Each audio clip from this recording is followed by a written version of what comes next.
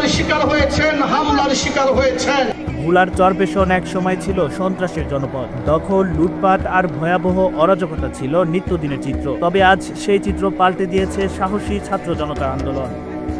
কেন্দ্রীয় যুবদলের সাধারণ সম্পাদক নুরুল ইসলাম নয়ন বলেছেন, গত 16 বছর বিএনপির কোনো কর্মী দেশ ত্যাগ করেননি, বরং ভোটের অধিকার সংগ্রামে তারা জেল, জুলুম, নির্যাতন সহ্য করেছেন, তবুও দেশের মাটি ছাড়েননি।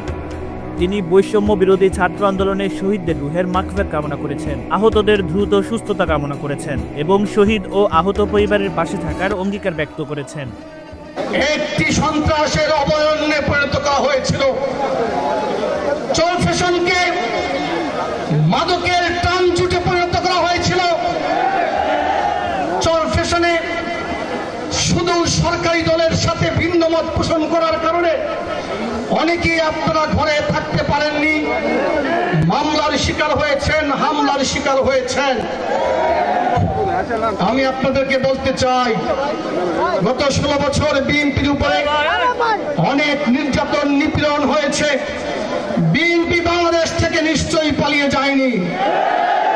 বাংলাদেশের প্রতিটি নেতা কর্মী বাংলাদেশেই রয়েছে, কারণ বিএনপি নেতা কর্মীরা কোনো অন্যায় করেনি, শুধু রাষ্ট্রের অন্যায় আচরণের সাথে ভিন্ন মত পোষণ করেছিল। বন্ধুরা আমার, শুধু রাষ্ট্রের কাছে দাবি জানিয়েছিল একটি গ্রহণযোগ্য স্বচ্ছ নির্বাচন দেওয়ার জন্য। আমার প্রিয় নেতা জনাব তারেক রহমান বারবার বলেছেন বাংলাদেশের মানুষের ভোটাধিকার ফিরিয়ে দেওয়ার জন্য। তিনি বলেছেন আপনারা যাকে খুশি তাকে ভোট দিবেন, কিন্তু আপনারা যাতে আপনাদের ভোট নির্বিঘ্নে ভোট কেন্দ্রে গিয়ে লাইনে দাঁড়িয়ে পছন্দের প্রার্থীকে দিতে পারেন, সেজন্যই আমার সংগ্রাম, সেজন্যই আমার লড়াই। বন্ধুরা আমার, দুপুর থেকেই চরপেশনের বিভিন্ন ইউনিয়ন ও ওয়ার্ড থেকে মিছিল আসতে শুরু করে। এক সময় সেই মিছিল রূপ নেয় জনসমুদ্রে। গণসংবর্ধনা অনুষ্ঠানের সভাপতিত্ব করেন ভোলা জেলা বিএনপির আহ্বায়ক কমিটির সদস্য হেলাল উদ্দিন টিপু।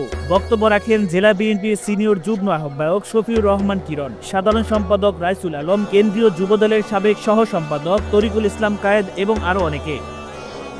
চরপেশনের এই গণসংবর্ধনা প্রমাণ করে আন্দোলন আর ঐক্যই পরিবর্তন আনতে পারে। বিএনপির এই সাহসী নেতৃত্ব ও কর্মীদের কণ্ঠে এখন একটাই সুর, ভোটাধিকার প্রতিষ্ঠা করা। মোহাম্মদ আনাস, ভোলা পোস্ট। একটি সন্ত্রাসের অবয়নে পরিণত করা হয়েছিল।